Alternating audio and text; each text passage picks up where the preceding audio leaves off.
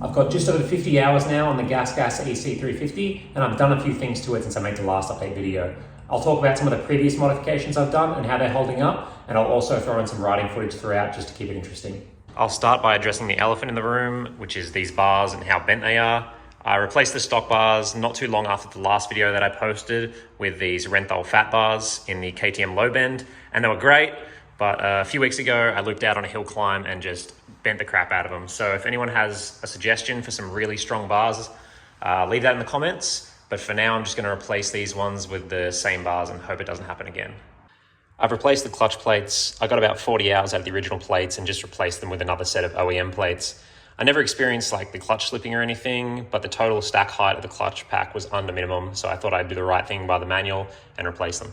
I had to retire the Motoz Arena Hybrid tire a bit early. I got 25 hours out of it before I unfortunately got a little puncture in the sidewall and it would not hold air anymore. So I've replaced it with this Shinko, I think it's a 525 Cheetah tire. Still a hybrid gummy, but the actual knobs themselves are a lot softer than the Motoz, and the actual carcass is stiffer than the Motoz. I feel like the Motoz would have worn better long term because the knobs are like a harder rubber, but the carcass was soft. But overall, I think the performance from each tire is pretty comparable. Not like a huge night and day difference between them, and pretty happy so far with the Shinko. I also replaced both radiator shrouds because they were getting super beat up, and I needed some graphics because I don't like bikes that are plain. I think they look a bit boring, and I also didn't want to pay for a full graphics kit. So I just ordered some radiator shroud graphics from Rival Inc. and got them to design it off the 2023 model because I'm a big fan of how those look. And now there was not really much difference between this bike and a 2023 model anyway, because the graphics are the same, and now I also have those steel oil pump gears that came on the 2023s. If you saw my last video, I replaced the plastic oil pump gears in this thing with the steel upgraded oil pump gears. If you haven't seen that, go check it out. It's a good way just to add some reliability to your 250 and your 350 4-strokes. Tugger straps were also added because I was getting sick of getting mud all over my gloves when I would pick my bike up out of a rut. I'm not a huge fan of these because they're kind of thin, so like when you lift up on it, it puts like a lot of pressure on a small part of your hand compared to like the Tugger strap brand straps, which are a decent bit wider, and also there's probably a little bit too much play under these. Otherwise, they're fine for how cheap they are. The only other gripe I have with them is this elastic piece on the front ones. After the first time I pulled it, it stretched, and as I ride, these like slide down like that, and then you're riding around with your strap like that, it kind of just looks stupid. One of the best modifications I've done so far is the ECU tune from Rex at Fuel Torque. It made the bike so much more rideable. It really made first and second gear just feel longer.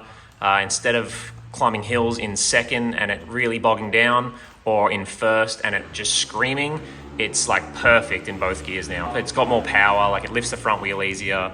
It's actually just probably the best money I've spent, and I think it was only $330. So for the cost compared to what I get, it was actually great value for money. The only thing I had to do to the bike was remove the baffle from the exhaust, which was sort of a pain because it's welded on the inside. So I had to take the screws out and pull the muffler apart and grind that out of there. And I also just had to cut the flap on the airbox, which you can kind of see in there now. There's usually a flap sort of in the way, and I just cut that out. But other than that, I'm sure you don't have to do those things, but it's just recommended by Rex, and the bike is just, it just feels like a whole different beast now.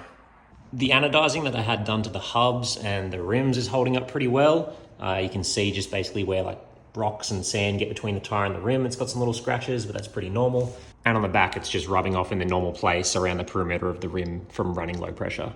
Initially, when I first put on this skid plate, I didn't add this rear hook. I chose not to put it on there just to make it easier to get the skid plate off, but I paid the price for that because I rolled back in a rut and the back of the skid plate caught a root and it just ripped the whole skid plate off my bike, and it kind of messed up the front, but I just kind of fixed it with some bigger washers on the bolts. So lesson learned, and otherwise the skid plate's actually been great. I think I've bent my subframe a couple times now, but with some persuasion from a big hammer, you can bend it back pretty easy. But I guess that's the good thing about the aluminium subframes, is that you can bend them back compared to like the Husky subframes. Once they're broken, you can't bend them back. So I'm actually kind of glad the GasGas has come with an aluminium subframe. The seat cover has been great, and I've had some cheaper seat covers in the past, and you can definitely tell the quality difference. The material on this is a lot thicker, and it just feels like better constructed. The only thing is I put a little rip in it from a little crash I had, but the rip hasn't gotten any bigger, and I think I'll be running this thing for a little while longer. Ah, fuck yeah. I swapped the bike from full registration to recreational registration, which is why I'm missing the number plate. And I wasn't riding the bike on the road as much as I thought I might.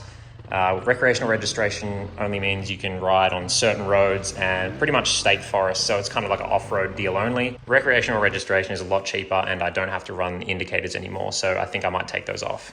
The head pipe on these bikes hangs pretty low, and you can see I've sort of dinged it up. I've got a big dent in the bottom there and one on the side, and I think there's one on the other side around there. I'd like to get like a full FMF system because it looks like their head pipes are like far more tucked up and out of the way, and they look really good, but they're just so expensive and I can't justify the price when this thing's working perfectly fine. The stock aluminium rear sprocket looks pretty good for 50 hours, and the front doesn't look too bad either, but I'm going to replace them anyway because I need to replace the chain and also the chain guide. My rear wheel bearings needed replacing as well. I think I might have damaged one of the bearing seals when I removed it and then reinstalled them after getting the hubs anodized, because these were pretty bad. I don't have much else to say about the bike. We've actually been riding a lot of hard enduro, which seems like the wrong thing to do on a 4-stroke, but it's been handling it really well. On some really steep hill climbs, right when I think it's going to boil over, it actually doesn't. I don't think I've ever boiled this bike over, even before I had the radiator fan.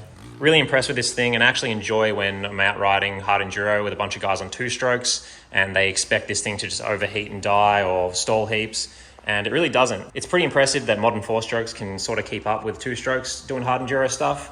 There's definitely benefits to having 2-strokes. They're a lot harder to stall compared to these, and these just feel so much heavier. Riding around on a few friends' 2-strokes, and they just kind of feel like mountain bikes compared to this thing, which feels like a dirt bike, if that makes sense. The 2-strokes just feel a lot lighter and easy to maneuver.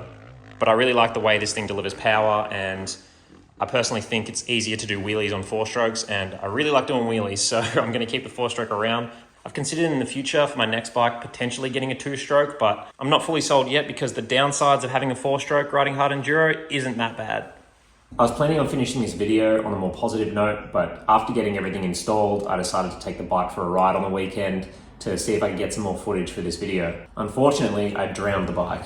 I was riding through this creek that had a short, steep step up out of it, and I almost got it the first time, but because we were filming, I said I'll try it again, and I turned around, and the second time I went, I just didn't go as fast, and the bank was all slippery from the water, and I just ditched the bike, hoping it would stay up there, but it fell backwards, and it landed in the water with the engine still running.